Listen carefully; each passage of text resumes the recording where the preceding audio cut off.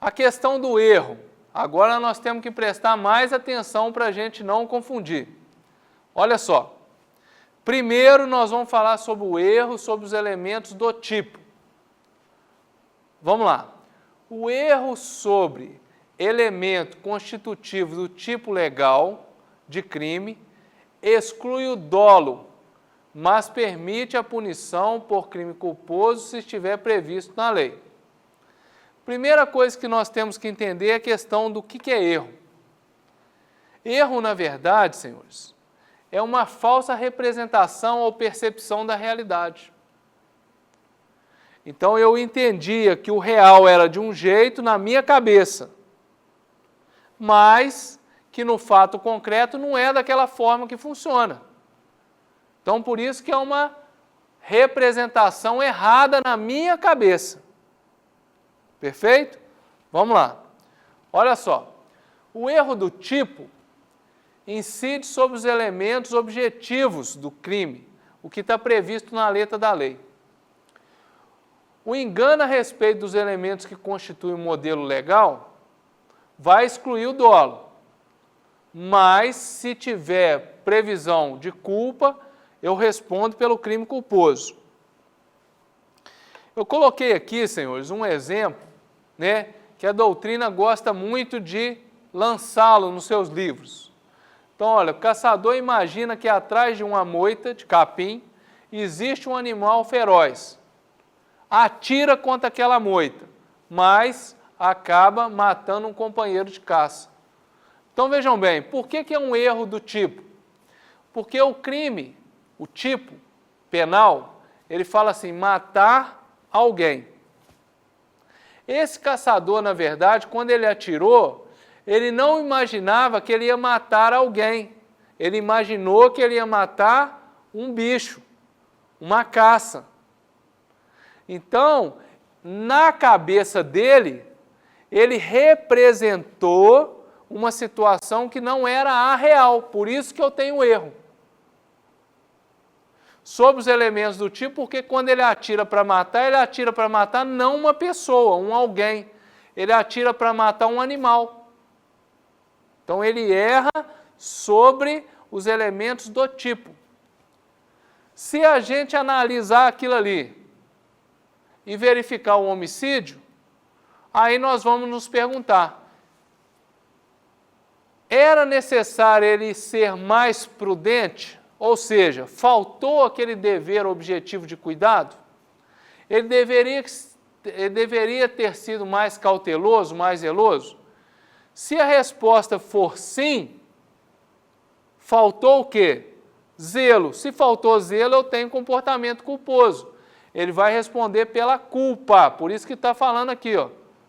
Se o crime, por exemplo, homicídio, prevê a modalidade culposa e faltou zelo da parte dele, é crime culposo. Responderá pelo homicídio culposo. Perfeito? Se a resposta for não, falando assim, não, qualquer um agiria dessa forma.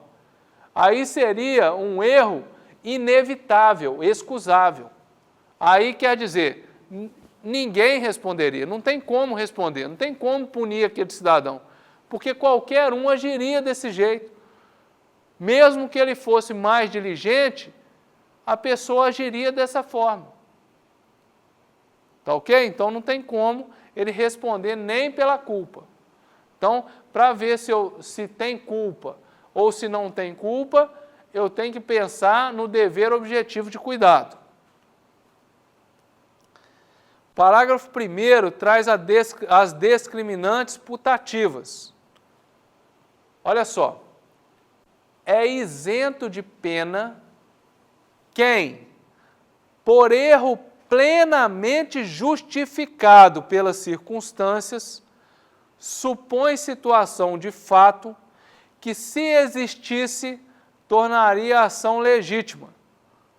Não há isenção de pena quando o erro deriva de culpa e o fato é punível por crime culposo. Então vamos lá. Meus amigos, o que é discriminantes putativas e por que esse termo? Na verdade, a discriminante putativa, senhores, ela está dentro deste artigo porque está relacionada com o erro. O erro não é uma falsa representação no nosso pensamento, no nosso cérebro. A discriminante putativa está nesse sentido. Está falando o seguinte, o autor aqui, por conta de um erro plenamente justificado, ou seja, por uma representação falsa na realidade dela, mas que qualquer uma outra também representaria daquela forma, ela age como se estivesse diante de uma realidade, que na verdade não é, porque é erro, está representado só na cabeça dele, mas foi um erro que é justificável, por quê? Porque qualquer um agiria dessa forma. Então ele supondo que estaria diante de uma situação legítima, age de acordo com aquilo. Mas aquilo, na verdade, só está na cabeça dele. Vejam bem, Rio de Janeiro, cenário hostil, a polícia militar, quando sobe lá, é recebida a tiro toda hora, beco escuro de fios de progressão e etc. Toda aquela circunstância que a gente tem naquele cenário. Imagina, senhores, incursão do policial militar ali. Ele depara com um cidadão que, quando vê a polícia, né, mais que rapidamente, enfia a mão no bolso, o policial militar manda que ele suspenda a mão, suspenda a mão, suspenda a mão, coloca a mão na cabeça, o cidadão não obedece, saca, né, da cintura um objeto e continua a caminhar na direção do policial militar. Senhores, num cenário hostil, aonde o cidadão, policial militar, está acostumado a ser recebido a tiro, a enfrentar risco diário da vida, vem um cidadão que não o obedece, que arranca alguma coisa da cintura e continua indo na sua direção, vocês acham que o que vem para a mente do militar? Que aquele cidadão está arrancando uma arma e vai atirar contra eles. Só que quando ele retira da cintura, na verdade ele retira um celular. E nesse momento, o policial militar, temendo contra a vida dele, o que ele faz? Ele atira e alveja o cidadão. Perfeito? Então, na cabeça daquele policial militar, ele estaria agindo em legítima defesa. Aquela situação, aquele cenário foi criado na cabeça dele. Mas é um erro plenamente justificado? Sim, porque eu me colocando naquele cenário, ou colocando qualquer um naquele cenário, a interpretação seria a mesma. Ok? Então, essa discriminante putativa demonstra que aquele militar não pode ser punido por ele, por aquele fato. Ok? Eu não consigo visualizar nem a culpa. Por quê? Porque se eu visualizar a culpa, o crime vai ser culposo. Vou responder por homicídio culposo. Tranquilo, meus amigos? Então vamos continuar. Ainda nos erros. Parágrafo 2º. Responde pelo crime o terceiro que determina o erro. Então vejam bem, quando eu estou diante de algum erro que foi levado à mente daquele indivíduo, que representou de forma falsa aquele determinado cenário, se for um terceiro que determinou o erro, esse terceiro responde pelo crime. Perfeito? Então, vamos verificar uma situação em um determinado bar. Tranquilo? Então, olha, eu já tenho um desafeto naquele local. Aquele desafeto ele já falou com as pessoas que me mataria. Cheguei naquele local.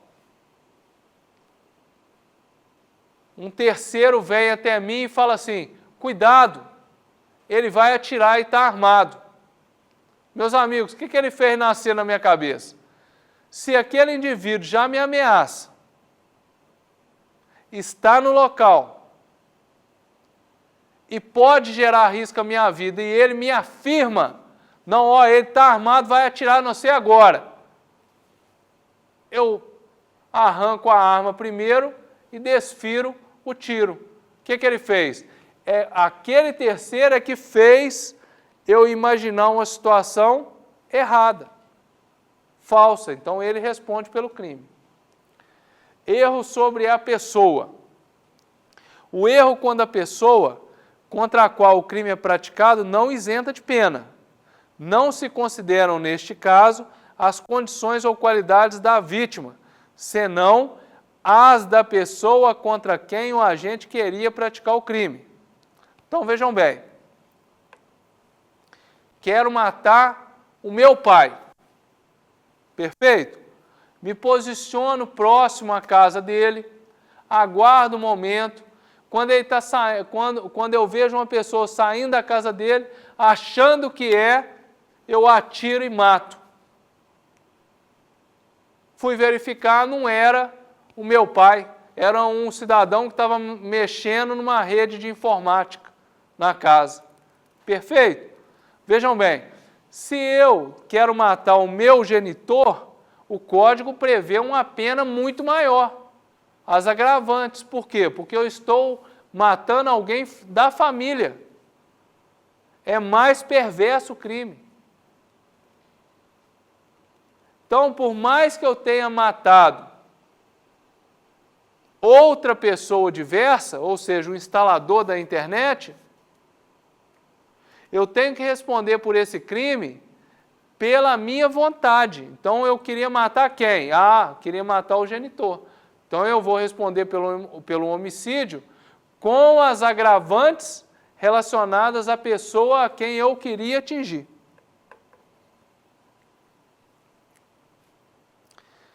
Vamos continuar no erro, mas agora saindo um pouco e indo sobre o erro, sobre a ilicitude do fato. Falamos do erro de tipo, agora vamos falar sobre o erro, sobre a ilicitude do fato. O desconhecimento da lei é inexcusável. Isso está falando o seguinte, a lei fala que todo mundo tem que conhecer. Qual que é o cenário? Todos têm que conhecer a lei. Então está falando, o desconhecimento da lei é inexcusável, não tem justificativa para isso.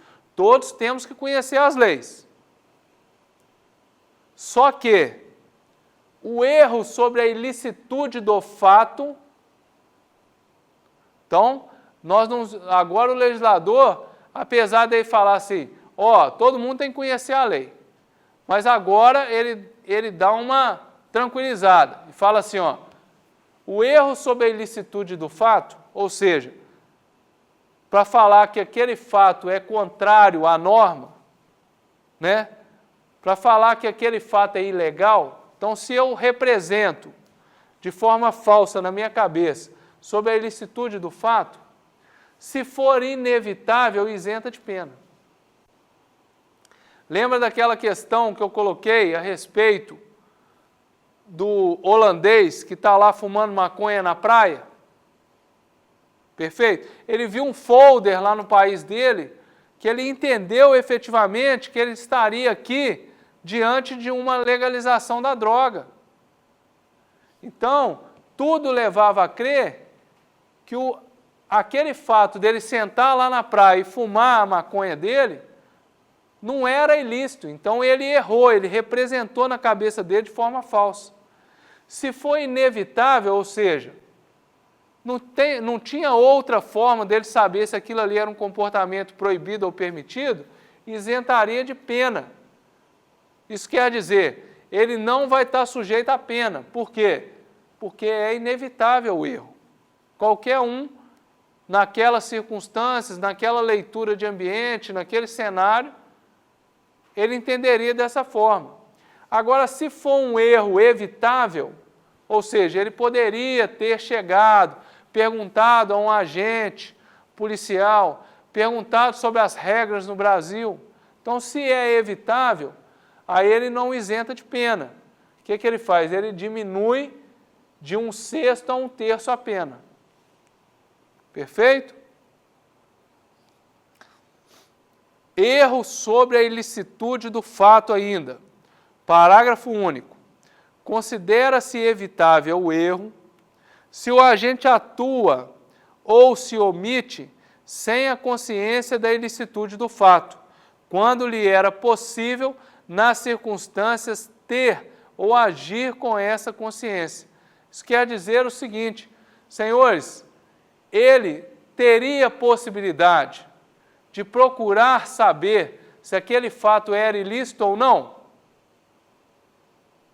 Se ele teria, por mais que ele agiu em erro, por mais que ele percebeu de forma falsa aquela situação, o erro dele poderia ser evitável. Se é evitável, como nós falamos, não é isenção de pena, é só redução.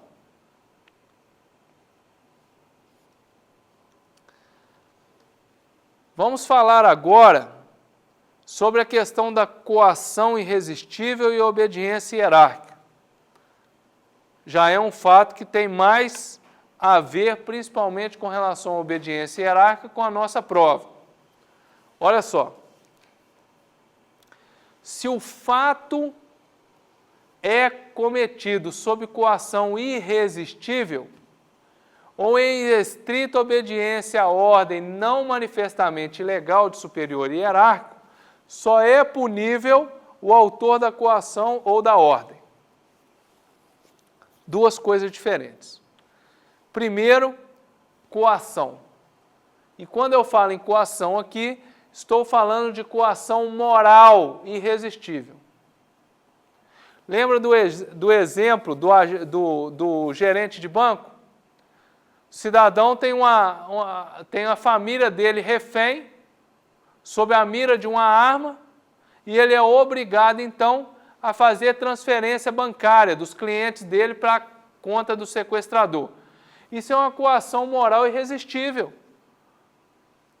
Senhores, não tem como eu obrigar esse gerente a agir de forma diferente. Qualquer um agiria. Por isso, nós sabemos que é uma coação irresistível. Não tem como pedir para esse gerente resistir àquela ameaça. Então, quando ele comete o crime, quem responde é o coator, aquele que está exigindo, aquele que está praticando a coação irresistível, e não o coato, aquele que está sendo coagido. E a questão da ordem? Aí nós temos que trabalhar com duas situações. Quando eu falo em ordem de superior hierárquico, eu tenho ordens que são manifestamente ilegais e tenho ordens que são não manifestamente ilegal. Senhores, quando o subordinado recebe do superior uma ordem manifestamente ilegal, ou seja, aquela que está clara a sua ilegalidade, que todos, inclusive o subordinado, sabem que ela é ilegal. Se o subordinado cumpre, responde o superior que deu a ordem e o subordinado que cumpriu. Por exemplo, eu entrego um preso para um subordinado e mando ele torturar o preso. O subordinado sabe que tortura é crime? Sabe. Então, se ele faz, ele comete o crime. Perfeito? O que respalda a não punição, perfeito? É quando a ordem é não manifestamente ilegal. Nesse caso, Quem responde pelo cumprimento da ordem é só quem deu a ordem e não o subordinado. O que é ordem não manifestamente ilegal? A ordem não manifestamente ilegal é aquela que aparenta ser legal. Ela vem com ar de legalidade. Senhores, no serviço público, nós já estamos diante da burocracia. Então, para facilitar isso, já é do serviço, não é? Que o subordinado confie na palavra do superior. Imaginem vocês que se toda ordem que o superior desse, o subordinado perguntasse, não, mas isso é legal? Está previsto aonde? Deixa eu ver. Escreve aqui. Vamos analisar a lei primeiro. Não pode. Aí o serviço que já não anda, não andaria nada. Perfeito? Então a regra é o quê? É a palavra do superior, a princípio, ser lícita, a princípio, ser legal. E o subordinado executar as ordens sem devidos questionamentos. Então imagine, eu chego para um superior e falo assim com ele, ó, eu estou aqui com um juiz e o juiz está expedindo a ordem, o mandado de busca e apreensão para a residência tal. Mas nós já estamos diante de uma avançada hora, já são 5 horas da tarde, então enquanto eu pego o mandado, você já pode ir para o local e vai cumprindo o mandado. Perfeito. O subordinado, confiando na palavra do superior, ele vai para o local, cumpre a ordem. Eis que quando ele vai, cumpriu a ordem, deu busca e etc., quando ele vai elaborar os termos para o judiciário, noticiando o cumprimento do mandado, ele pede para o superior já ri na cara dele e fala que não conseguiu o mandado, inclusive que ele nem pediu. Meus amigos, a ordem estava aparentemente legal. Então a ordem foi uma ordem não manifestamente legal. Subordinado que cumpriu está no dever de ofício dele. Quem responde é o superior que deu a ordem. Perfeito?